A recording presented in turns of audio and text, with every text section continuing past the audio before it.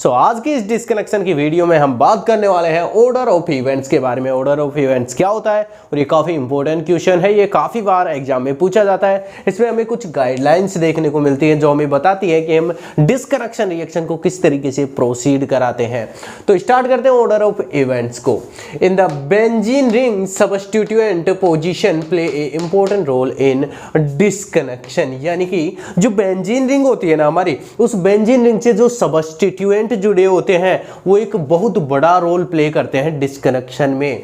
ठीक है, so which substituent firstly disconnect it is given by order of event. यानी कि देखो यार, अगर मान लो एक सबस्टिट्यूएंट अटैच है, जैसे बेंजीन रिंग है उस पर CH3 अटैच है, उसे आराम से हम हटा देंगे क्योंकि एक सबस्टिट्यूएंट है। लेकिन एक से ज्यादा अगर 2-3 सबस्टिट्यूएंट अटैच हैं, जैसे CH3 NO2 जैसे NH2, ये 3-4 सबस्टिट्यूएंट अटैच हैं, तो उस कंडीशन में सबसे पहले किसको हम बाहर करेंगे? ये कौन बताता है? ये बताता है हमें ऑर्डर ऑफ इवेंट्स। तो इसीलिए ये काफी इंपॉर्टेंट फिनोमिना है जो कि हमें डिस्कनेक्शन में देखने को मिलता है। Every target molecule disconnect in such A way that reverse reaction give same target molecule, यानी कि हर एक टारगेट मॉलिक्यूल जो होता है उसमें डिस्कनेक्शन एक प्रॉपर वे में होता है, जिससे हमें जो रिवर्स रिएक्शन जब हम कराते हैं, सिंथेसिस जब हम कराते हैं, तो उससे पता चलता है कि किस तरीके से ये प्रोसीड हो रहा है। टारगेट मॉलिक्यूल का डिस्कनेक्शन जिस तरीके से होगा उसके पीछे से जब हम पूरा डिस्कनेक्ट करा लेंगे, डिस्कनेक्शन करा लेंगे, लास्ट में हमें क्या मिलेगा? Starting material. हम सिंथेसिस कहां से स्टार्ट करते हैं? स्टार्टिंग मटेरियल से। डिस्कनेक्शन कहां से करते हैं? डिस्कनेक्शन हमारे पास एक टारगेट मॉलिक्यूल होता है, उसको तोड़ते जाते हैं और simple starting material, simply available starting material बना लेते हैं। ठीक है, अब सिंथेसिस इसका उल्टा होता है, तो हम स्टार्ट कहां से करेंगे? स्टार्टिंग मटेरियल से, जो सिंपली अवेलेबल स्टार्टिंग मटेरियल है वहां से स्टार्ट करेंगे और टारगेट मॉलिक्यूल तक आएंगे। यानी कि ये दोनों प्रोसेस जो होती हैं एक दूसरे के उल्टी होती हैं। तो जो टारगेट मॉलिक्यूल है ना हमारा, उसमें डिस्कनेक्शन ना एक प्रॉपर वे में होता है, और जो वे होता है वो वे का उस रास्ते का पता हमें चलता है रिवर्स रिएक्शन से, जो कि हमें टारगेट मॉलिक्यूल तक पहुंचाती है। ठीक है, अब फर्स्ट गाइडलाइन इसकी क्या है? देखो, and for this following guidelines are used, यानी कि ये सारी फिनोमिनाज करने के लिए हमारे पास कुछ गाइडलाइंस होती हैं जो हमें बताती हैं किस तरीके से एक डिस्कनेक्शन कराया जाता है। तो फर्स्ट इज गाइडलाइन, फर्स्ट क्या कहती है? First of all we check the combination of substituent in target molecule and its disconnected into simply available starting material. यानी कि सबसे पहले हम क्या करते हैं, जो सबस्टिट्यूएंट है उसको देखते हैं कि कौन कौन से सबस्टिट्यूएंट अटैच है, फिर उनका धीरे धीरे डिस्कनेक्शन कराना स्टार्ट करते हैं। तो हमारे पास एक सिंपल टारगेट मॉलिक्यूल है, ये क्या है? पैरा नाइट्रोटोलुइन है। इसका डिस्कनेक्शन कैसे कराएंगे? सबसे पहले नाइट्रो ग्रुप को किसके थ्रू हम हटा सकते हैं? नाइट्रेशन के थ्रू, क्योंकि हमारे पास ये जो होती है ना स्पीसीज, ये जो टोलुइन होती है, जब टोलुइन की रिएक्शन हम H2SO4 और HNO3 के मिक्सचर के साथ कराते हैं, यानी कि टोलुइन के अंदर जब हम H2SO4 और HNO3 का मिक्सचर डालते हैं, तो जो ये मिक्सचर होता है ये NO2 पॉजिटिव आयन देता है, जो कि अटैक करता है और तो पैरा पोजीशन पर कर सकता है, लेकिन हमें चाहिए पैरा पोजीशन वाला, तो पैरा प्रोडक्ट हमें बन जाता है, यानी कि ये हमें मिल जाता है।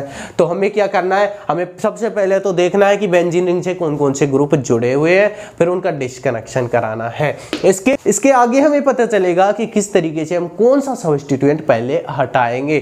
तो अब सेकंड गाइडलाइन की बात करते हैं। If in a target molecule such types of substituent are present, यानी कि अगर टारगेट मॉलिक्यूल में कुछ इस तरीके का सबस्टिट्यूएंट प्रेजेंट है which is difficult to add, जिसे ऐड करना डिफिकल्ट है, जिसे जोड़ना बहुत कठिन है, तो उसे कभी भी डिस्कनेक्ट नहीं करेंगे, उसे हम डिस्कनेक्ट नहीं करेंगे, उसे तोड़ेंगे नहीं।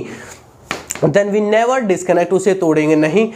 Then the best strategy is that, यानी कि इसके लिए सबसे अच्छी स्ट्रेटेजी ये है, we use starting material containing that substituent। इसके लिए हम सबसे पहले क्या करेंगे? अगर मान लो कोई भी सबस्टिट्यूएंट अटैच है, हमारी बेंजीन रिंग है, उससे कोई भी सबस्टिट्यूएंट अटैच है जिसे हटाना मुश्किल है, यानी कि उसे हटाया नहीं जा सकता है। क्यों नहीं हटाया जा सकता है? क्योंकि उसे ऐड भी तो करना है। अब ऐड ही नहीं हो रहा है तो हटा कैसे सकते हैं? क्योंकि देखो डिस्कनेक्शन में हम तोड़ते हैं और उसे जोड़ते हैं। तो सबसे पहले आपको तोड़ना नहीं है, पहले आपको जोड़ने के बारे में सोचना है कि इसे तोड़ने के बाद जोड़ भी सकता हूं या नहीं। अगर वो चीज जुड़ नहीं सकती तो उसे तोड़ना मुश्किल है, उसे हम नहीं तोड़ते हैं। इसीलिए अगर किसी भी स्पीशीज, किसी भी सब्स्टिट्यूएंट को ऐड करना, उसे जोड़ना अगर मुश्किल है तो उसे डिस्कनेक्ट नहीं कराते हैं, उसे हटाते नहीं है। इसके लिए हमारे पास ये सबसे बेस्ट एग्जांपल है। इसमें क्या होता है, इसमें हमारे पास ये जो टारगेट मॉलिक्यूल है, इसको सबसे पहले देखो, इसको यहां से ये बॉन्ड ब्रेक नहीं करा सकते हैं, क्योंकि यार तोड़ने से पहले हमें जोड़ने के बारे में सोचना है। अगर मैं यहां से तोड़ देता हूं तो बेंजीन बनेगा और एक नाइट्रोबेंजीन बनेगा। अब नाइट्रोबेंजीन बेंजीन रिएक्ट करके ये टारगेट मॉलिक्यूल हमें नहीं बना के देते हैं, इसलिए तोड़ने से पहले जोड़ने की सोचना है। तो इसीलिए हम क्या करेंगे, जो सब्स्टिट्यूएंट जुड़ रहा है उस सब्स्टिट्यूएंट को सिंपली स्टार्टिंग मटेरियल में बदलेंगे, यानी कि उसे तोड़ेंगे। ये नाइट्रोबेंजीन है, ठीक है, इस नाइट्रोबेंजीन को, ये जो सब्स्टिट्यूएंट है, इसको इसका स्टार्टिंग मटेरियल बनाएंगे। तो सबसे पहले क्या करेंगे, स्टार्टिंग मटेरियल बनाने के लिए इस नाइट्रो ग्रुप को हम तोड़ देंगे। हमें पता है नाइट्रो ग्रुप को हम जोड़ सकते हैं किसके थ्रू, नाइट्रोजन प्रोसेस के थ्रू। हमें बाइफेनिल देखने को मिलेगी। अब बाइफेनिल को हम आराम से तोड़ सकते हैं, क्यों, क्योंकि हमें पता है एक गैम्बर्ग रिएक्शन होती है जिसमें हम बेंजीन की रिएक्शन, जब हम बेंजीन डाइएजोनियम साल्ट के साथ कराते हैं तो हमें बाइफेनिल देखने को मिलता है। अब एफजीआई कराएंगे तो फंक्शनल ग्रुप क्या है इसमें, डाइएजोनियम साल्ट। डाइएजोनियम साल्ट किस में बदल जाएगा, NH2 में। इसके लिए हमें पता है एक process, diazotisation reaction. Diazotisation reaction में क्या होता है, तो एनिलीन होता है, सॉरी एनिलीन होता है। एनिलीन की रिएक्शन HNO2 के साथ कराई जाती है तो बेंजीन डाइएजोनियम साल्ट हमें देखने को मिलता है, ठीक है। तो एनिलीन बना दिया हमने। एनिलीन का जब हम FGI कराते हैं तो ये बनता है, आराम से पता है, SNHCl डाल देंगे तो ये मिल जाएगा, ठीक है। अब इसको तोड़ेंगे किस तरीके से, NO2 ग्रुप है, NO2 टूट जाएगा और NO2 पॉजिटिव और बेंजीन रिंग हमें देखने को मिलेगी, क्योंकि हमें पता है जब बेंजीन की रिएक्शन HNO3 और H2SO4 के मिक्सचर के साथ कराते हैं, नाइट्रेशन होता है, नाइट्रोबेंजीन हमें देखने को मिलती है। तो ये सारा हमारा डिस्कनेक्शन है। इसका सिंथेसिस कैसे होगा, तो देखो ये हमारा क्या है, टारगेट मॉलिक्यूल। ये क्या है हमारे पास, ये जो बेंजीन रिंग बनी है ये क्या है, स्टार्टिंग मटेरियल। तो स्टार्टिंग मटेरियल से हम स्टार्ट करते हैं सिंथेसिस में। डिस्कनेक्शन कहां से करते हैं, टारगेट मॉलिक्यूल से। सिंथेसिस करेंगे, बेंजीन है, बेंजीन की रिएक्शन H2SO4 HNO3 के साथ कराते हैं, नाइट्रेशन होता है, नाइट्रोबेंजीन बनता है, SNHCl। देखो यहां तक आ गए हमें, ठीक है। अब FGI करके हमने NH2 को NO2 में कन्वर्ट किया था। अब NO2 को बदलना है NH2 में, किस तरीके से बदलेंगे, SNHCl रिडक्शन कर देंगे, एनिलीन बन जाएगा, ठीक है। अब इस एनिलीन से हमें बेंजीन डाइएजोनियम साल्ट बनाना है, तो कैसे बनाएंगे, HNO2 एक एसिड होता है जिसकी रिएक्शन जब हम एनिलीन के साथ कराते हैं बेंजीन डाइएजोनियम साल्ट देखने को मिलता है।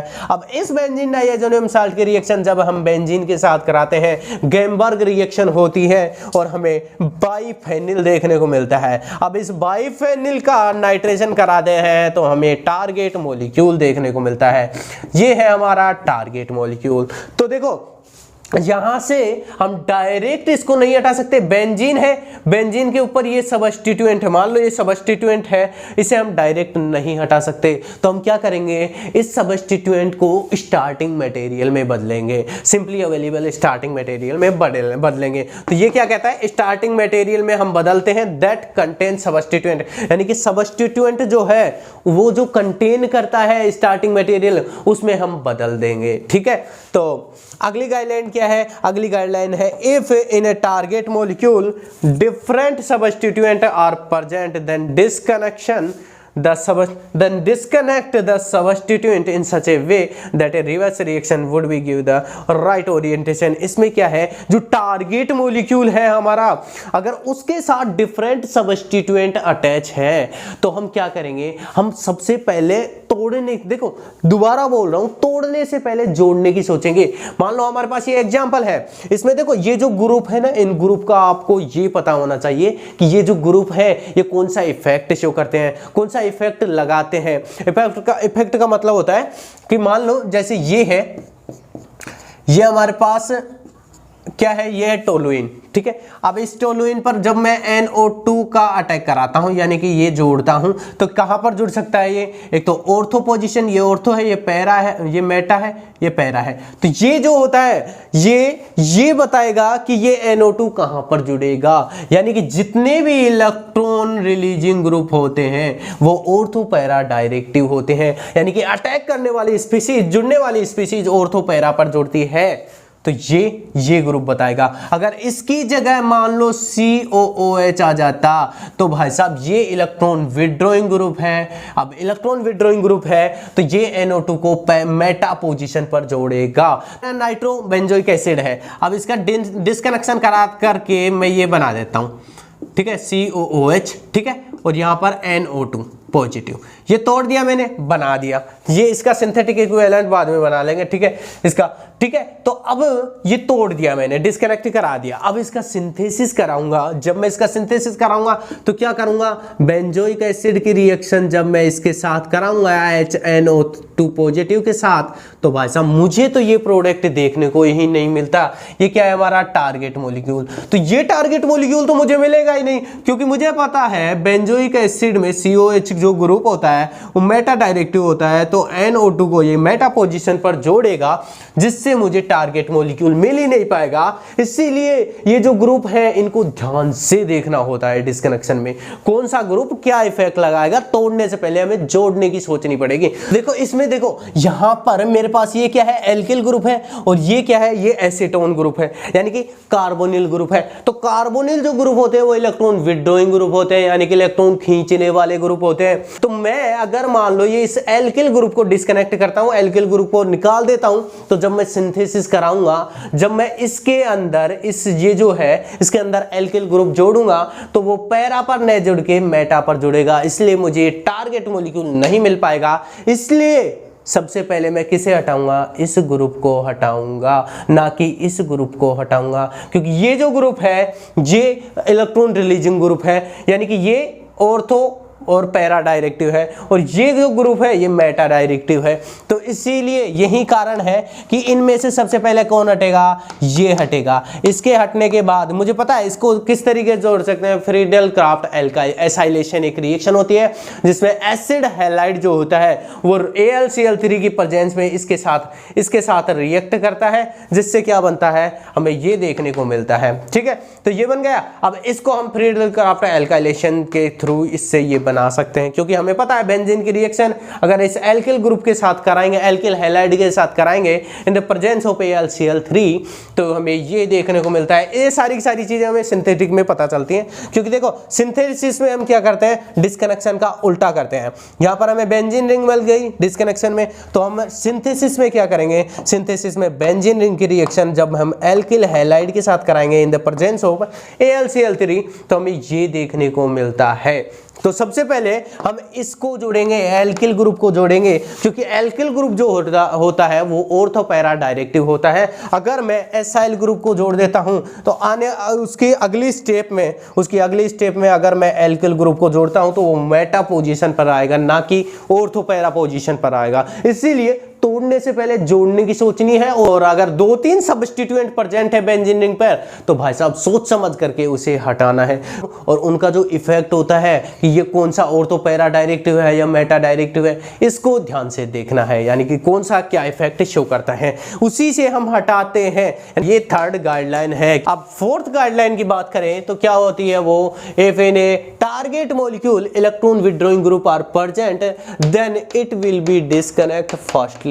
यानी कि अगर टारगेट मॉलिक्यूल जो है, अगर मान लो बेंजीन रिंग है, उससे 3-4 सब्स्टिट्यूएंट अटैच है, तो उनमें से सबसे पहले इलेक्ट्रॉन विड्रॉइंग सब्स्टिट्यूएंट जो है, इलेक्ट्रॉन विड्रॉइंग ग्रुप जो होते हैं, वो सबसे पहले डिस्कनेक्ट होंगे, ठीक है। And in the synthetic step it adds in the last step. ये तो हमें पता है यार, जो सबसे पहले डिस्कनेक्ट होगा उसका सिंथेसिस सबसे लास्ट में होगा, यानी कि जो सबसे पहले निकलेगा वो सबसे लास्ट में जुड़ेगा। क्योंकि देखो यहां पर हमने क्या कर रखा है? NO2 को बाइफेनिल से NO2 को हटा रहे हैं, हटा दिया, तो इसको हम लास्ट में सिंथेसिस की जो प्रोसेस होगी उसमें हम लास्ट में जोड़ते हैं, नाइट्रोजन के थ्रू यहां पर जोड़ दिया। यानी कि जिसका डिस्कनेक्शन पहले होता है उसका सिंथेसिस सबसे लास्ट में होता है। ठीक है, ये होता है।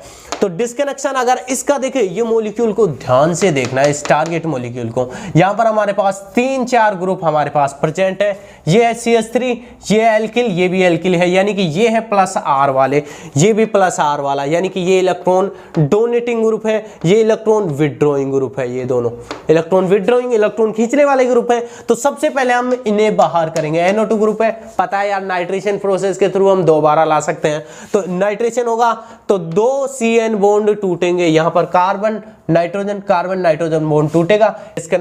डिस्कनेक्शन में आपको हमेशा इस एरो को शो करना है। ठीक है, हमेशा जहां जहां बॉन्ड टूट रहा है वहां पर आपको लगा देना है। ठीक है, तो कार्बन नाइट्रोजन डिस्कनेक्ट हो रहा है, नाइट्रेशन प्रोसेस होगी, ये मिल जाएगा। ठीक है, अब देखो, अब यहां पर एल्किल ग्रुप है, OMC, यानी कि इलेक्ट्रॉन, सारे के सारे इलेक्ट्रॉन डोनेटिंग ग्रुप है। अब इनमें से यहां पर ये जो कार्बन है, ये कार्बन 3 डिग्री कार्बन है, और 3 degree carbon is more electron withdrawing as compare to 1 degree carbon. और इसके, क्योंकि यहां पर देखो CH3 है, ये इलेक्ट्रॉन दे रहा है इस ऑक्सीजन को, ऑक्सीजन के पास लोन पेयर है, इलेक्ट्रॉन रिच है, ये पूरा जो ग्रुप है इलेक्ट्रॉन रिच है, आराम से इलेक्ट्रॉन देगा इस बेंजीन को। और यहां पर ये जो कार्बन है, ये 3 डिग्री कार्बन है, जो कि इलेक्ट्रॉन विड्रॉइंग होता है, इलेक्ट्रॉन विड्रॉइंग नेचर का होता है। तो सबसे पहले इस एल्किल ग्रुप को हम हटाएंगे, कार्बन डिस्कनेक्शन होगा। इसको किस तरीके से जोड़ सकते हैं, इसको किस तरीके से बना सकते हैं,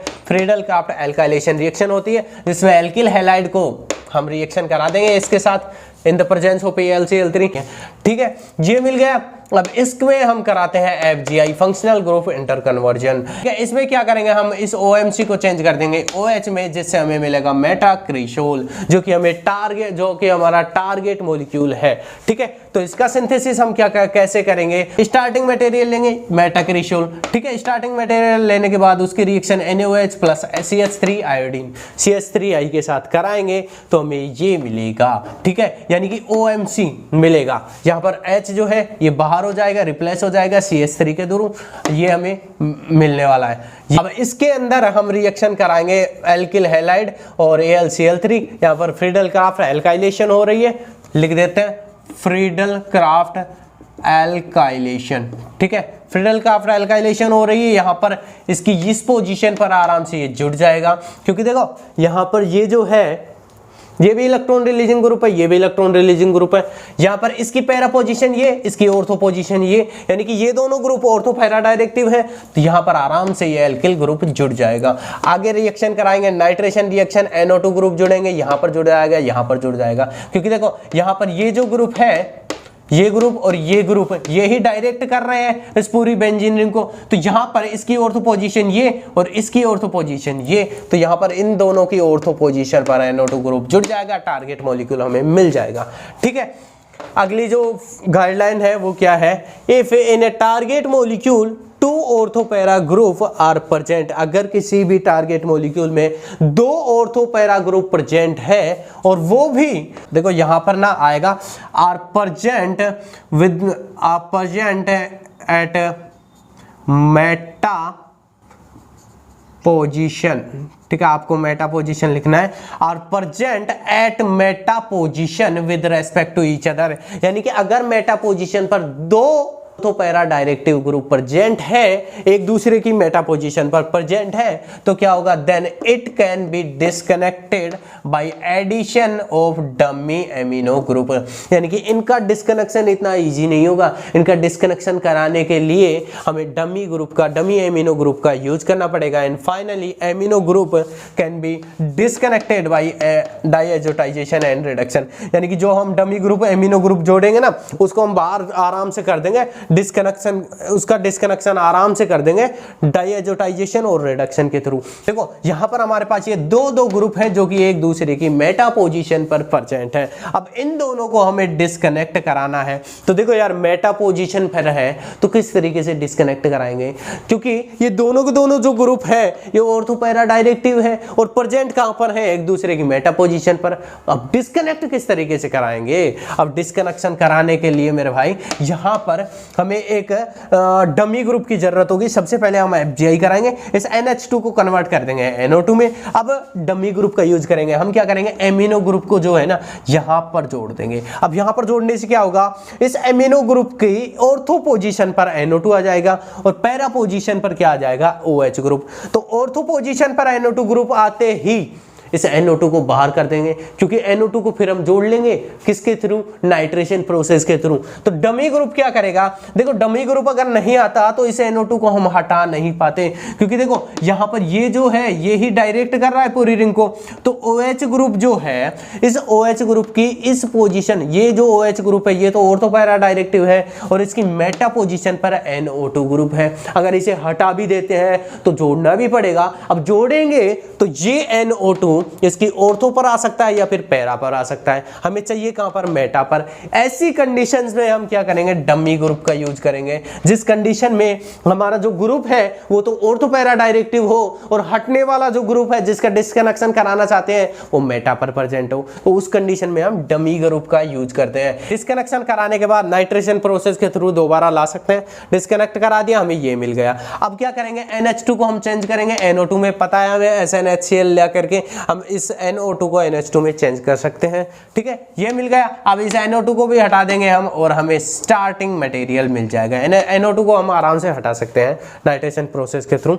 ठीक है, तो आराम से इस NO2 को हम दोबारा वापस ला सकते हैं नाइट्रेशन प्रोसेस के थ्रू, इसलिए हमें स्टार्टिंग मटेरियल ये देखने को मिलता है। देखो ये एक वेल नोन कंपाउंड है, ये हमारे पास काफ़ी अवेलेबल है, इसीलिए ये हमारा स्टार्टिंग मटेरियल है। ठीक है, अब जब हम इसका सिंथेसिस करते हैं तो क्या होता है वो देखो, स्टार्टिंग मटेरियल से हम स्टार्ट करेंगे सिंथेसिस। ठीक है, ये स्टार्टिंग मटेरियल है, इसकी रिएक्शन हम नाइट्रेशन कराएंगे, इसकी नाइट्रेशन कराएंगे इसके अंदर, तो क्या होगा, पैरा नाइट्रो प्रोडक्ट बनेगा। अब इसकी रिएक्शन जब हम SnHCl के साथ कराएंगे तो NH2 ग्रुप में बदल जाएगा, NO2 ग्रुप NH2 में कन्वर्ट हो जाएगा। अब इसके बाद हम जब नाइट्रेशन कराएंगे तो यहाँ पर ये जो है ना ये डायरेक्ट कर रहा है। अब ये बताएगा कि नाइट्रेशन में NO2 कहाँ पर जुड़ेगा, तो ये बताएगा कहाँ पर जुड़ेगा, इसकी पैरा पोजीशन तो ऑक्यूपाई है। अब ऑक्यूपाई है तो इसकी ऑर्थो पोजीशन बची, अब इस ऑर्थो पोजीशन पर NO2 आ जाएगा। अब NO2 आने के बाद इसका हम HNO2 के साथ जब हम रिएक्शन कराते हैं तो ये जो NO2 ग्रुप है ये N2Cl में बदल जाएगा, यानी कि एजोनियम साल्ट, डाइएजोनियम साल्ट में बदल जाएगा। अब डाइएजोनियम साल्ट बनते ही इसका रिडक्शन करा देंगे in the presence of H3PO4। अब रिडक्शन कराते ही N2Cl बाहर और हमें ये देखने को मिलेगा रिडक्शन कराते ही। ठीक है, अब इसका रिडक्शन जब हम कराएंगे SnHCl के प्रेजेंस में तो जो ये NO2 ग्रुप है ये चेंज होकर के NH2 में बदल जाएगा और हमें टारगेट मॉलिक्यूल देखने को मिलेगा। ये काफी सिंपल रिएक्शन है, 2-3 चीजें रटनी है, किसके रिडक्शन से क्या होने वाला है। सबसे ज्यादा हमें क्या देखने को मिलता है, NO2 को चेंज करना है, NH2 में किसकी जरूरत है, SnHCl। रट लो, 3-4 चीजें रटनी है आपको। NO2 को चेंज करना है NH2 में, SnHCl आपको हमेशा करना है। ठीक है, अब अगली चीज क्या है, एक और, हाँ, नाइट्रेशन। आपको बहुत बार नाइट्रेशन ही नाइट्रेशन देखने को मिलता है। नाइट्रेशन में क्या होता है, NO2 ग्रुप को हम जोड़ सकते हैं। देखो NO2 ग्रुप कहां पर जुड़ेगा वो कौन बताएगा, सबस्टिट्यूएंट बताएंगे, कौन सा सबस्टिट्यूएंट कहां पर जोड़ेगा। ठीक है, यानी कि कौन सा बेंजीन इनको डायरेक्ट कर रहा है, वो जो डायरेक्ट कर रहा है उसका नेचर क्या है, और तो पैरा डायरेक्टिव है या मेटा डायरेक्टिव है।